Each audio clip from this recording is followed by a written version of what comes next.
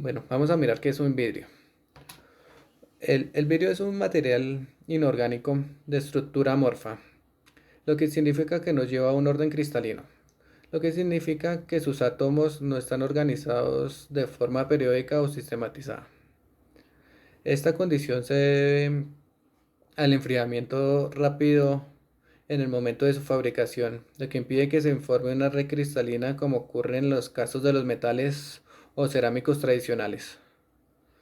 Fernández define el vidrio como un material perteneciente a los cerámicos amorfos, destacando que no tienen una estructura cristalina regular y que su red interna es similar a la de un líquido congelado, lo que lo hace frágil y de comportamiento abrupto ante cargas mecánicas. En la construcción se emplean diferentes tipos según su composición, como por ejemplo el vidrio para las ventanas, el vidrio para fachadas con altas exigencias térmicas, el vidrios tratados térmicos o químicamente para mejorar su seguridad. Según Fernández, el vidrio no presenta deformaciones plásticas ni tiene capacidad de disipación de energía, como ocurre en el caso de los materiales dúctiles. En cambio, responde de manera elástica hasta su punto de ruptura, lo que lo convierte en un material con alto riesgo de fracturas si no se diseña y utiliza correctamente. A lo largo de este video exploraremos cómo estas características afectan su desempeño en el área de la construcción, como en las fachadas, en muros, en ventanas, y cómo su correcta selección permite. Vamos a hablar un poco de la historia del vidrio. Entonces, el vidrio comenzó hace más de 5000 años en Mesopotamia y en Egipto, donde se fabricaban cuencas decorativas y pequeños envases. Durante la Edad Media, su valía aumentó con los cristales de las catedrales góticas que reunían arte y con un significado simbólico al penetrar la luz dentro de estas catedrales. Durante la Edad Media, el vidrio se convirtió en un material arquitectónico funcional. Gracias al uso del hierro y del acero fue posible crear grandes superficies acristaladas como los invernaderos y las galerías.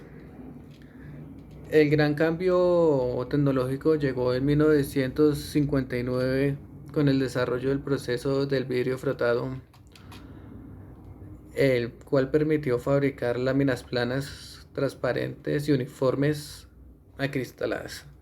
Como explica John Fernández, esta evolución permitió el vidrio convertirlo en un elemento importante en la arquitectura moderna, no solo decorativo, sino estructural y funcional. Vamos a hablar acerca de las propiedades mecánicas de los vidrios. El vidrio presenta un comportamiento muy particular, característico de los materiales frágiles. Según Fernández, el vidrio, como parte de los materiales cerámicos, presenta alta rigidez y comportamiento frágil. Debe ser diseñado con cuidado para evitar rupturas abruptas que sean catastróficas. El vidrio posee un módulo de elasticidad alto y resistente entre 70 y 90 gigapascales, lo que indica una gran rigidez. Sin embargo, su estructura amorfa impide cualquier deformación plástica, haciendo que al superar su límite elástico falle de forma frágil, sin posibilidad de distribuir esfuerzos ni de disipar su energía. Además, el vidrio no presenta fluencia, es decir, no cambia su forma lentamente bajo cargas constantes. Esto significa que ante una carga prolongada o un esfuerzo puntual no se deforma progresivamente ni disminuye ninguna tensión, lo que lo vuelve poco apto para cargas sostenidas o dinámicas. Por esto, en la ingeniería o en la arquitectura, el uso de vidrios debe acompañarse de tratamientos térmicos o químicos y de estrategias de diseño que minimicen las tensiones concentradas en los vidrios. Esto lo veremos más adelante en las curvas de esfuerzo de formación, donde explicaremos cada uno de estos factores, de estas características que tienen los vidrios. Como hemos dicho anteriormente, el vidrio es un material amorfo no cristalino, obtenido al enfriar un fundido sin permitir la cristalización. Su fabricación comienza con una mezcla entre sílice, óxidos fundentes como el óxido sódico y estabilizantes como el óxido de calcio. Estos se mezclan a una temperatura de 1500 grados Celsius hasta alcanzar una viscosidad controlada de 10 a la 4 y 10 a la 5 pascales por segundo. En el proceso de fundido se produce el vidrio en placa y en hoja, principalmente con dos técnicas. La primera consiste en extender el material sobre estaño líquido a unos 1100 grados Celsius, esto con el propósito de obtener superficies lisas sin pulido. La segunda técnica consiste en laminarlo a través de rodillos enfriados por agua. Para las fibras o envases se usa el proceso de soplado o estirado térmico. Posteriormente, el vidrio pasa a un recocido térmico. Esto consiste en llevarlo a temperaturas altas de aproximadamente 400 grados centígrados y enfriarlo lentamente, con el fin de controlar los esfuerzos residuales y eliminar las tensiones internas. Todo este proceso busca mantener la estructura amorfa tridimensional formada por tetraedros desordenados, lo cual va a determinar sus propiedades físicas, mecánicas y ópticas. Ahora vamos a hablar de los tipos de vidrios en la construcción. Inicialmente tenemos el vidrio recocido. De este ya conocemos su proceso de fabricación y algunas de sus propiedades. Este cumple los requisitos de la norma NTC 1909. También se le conoce como vidrio crudo. Este no se considera un vidrio de seguridad, ya que al fragmentarse lo hace en trozos muy pequeños que suelen ser muy peligrosos. El segundo es el vidrio termoendurecido.